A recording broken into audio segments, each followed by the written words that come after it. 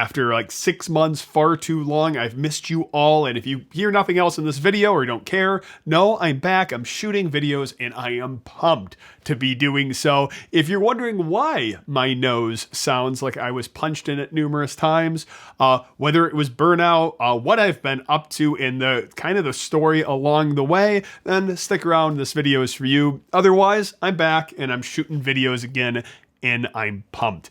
First with the nose, thank you for, let's say, putting up with the nasally sound, or at least it sounds super nasally for me.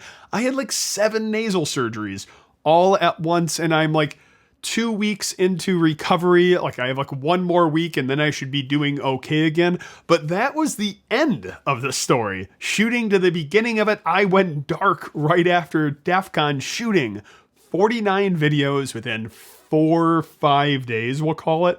And I don't know, maybe you think it might be burnout. It wasn't. My gosh, I could have done the same thing. I love DEF CON. It's true. I love DEF CON.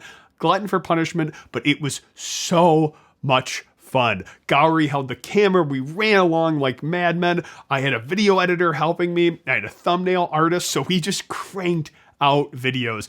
And while there's some things with DEF CON, I go, I wish I could have done that better. There was a lot of like, here is this thing happening at DEF CON, and less of, here is the stories at DEF CON. There were some of those, but I want to focus more on we'll say the stories of it this upcoming year. But my gosh, it was a blast. No, the first reason why I kind of like stopped doing YouTube videos had little to do with DEF CON. When I came back from DEF CON, one of my practice leads, who does an amazing job for offensive security, found another job. And while I would love to pursue him and keep him, and I wanted to talk him into it, it was too cool of an opportunity not for him to pursue it. So while I wanted to tell him, please stay, I need you, it was best for him. He took off, so I had to take on a lot of those technical responsibilities.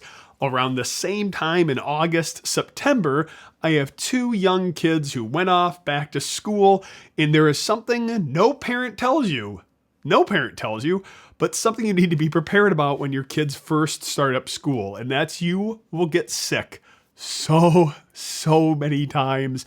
I had a string of like 7 to 8 colds back to back from, oh goodness, September, October, November, December. I was sick the whole last side of the year. I couldn't get the motivation because I couldn't prioritize video.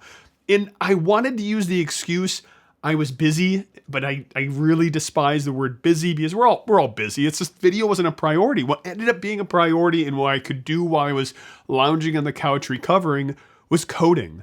I dove into an awesome Next.js course by Fireship.io. He has awesome courses. I love his channel. He's got millions of followers at this point. Just awesome.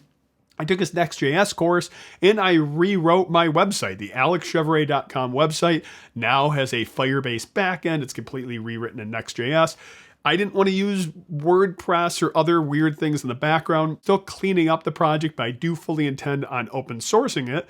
And then the other project I started building was one, since we've been keeping up with the live streams, we hit this problem. I wanted to pull more people on, but once you get above 1 or 2 people, it starts becoming really hard to organize because it's like a live 1-hour podcast. So you don't have like a raise hand or, hey, we should move on from this subject because it's getting boring, or, hey, I want to interrupt and have a question for you, or like, hey, let's wrap it up.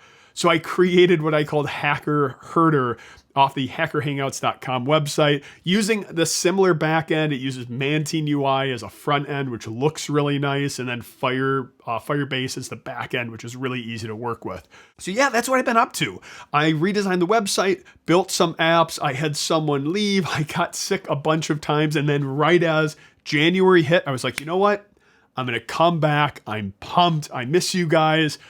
That's when I found out some news from ear, nose, and throat specialist saying that I've never really known what it's been like to breathe like a normal person. Not that I would ever claim to be one, but I never knew what experience it was. So we looked into surgery, we got a CT scan, and I found out that if I get these surgeries while it stinks and the recovery isn't that bad, it's like 3 weeks, I'll be able to breathe like a normal person. And when I first had my first, reverse suction done on my nose, which was horrible experience where they shove things way up your nose and suck it out, I did get my first breath of, we'll say, free air.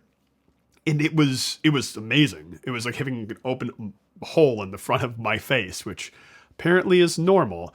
So I'm still on the road to recovery, but I wanted to come back. I wanted to see you guys. I wanted to start making videos.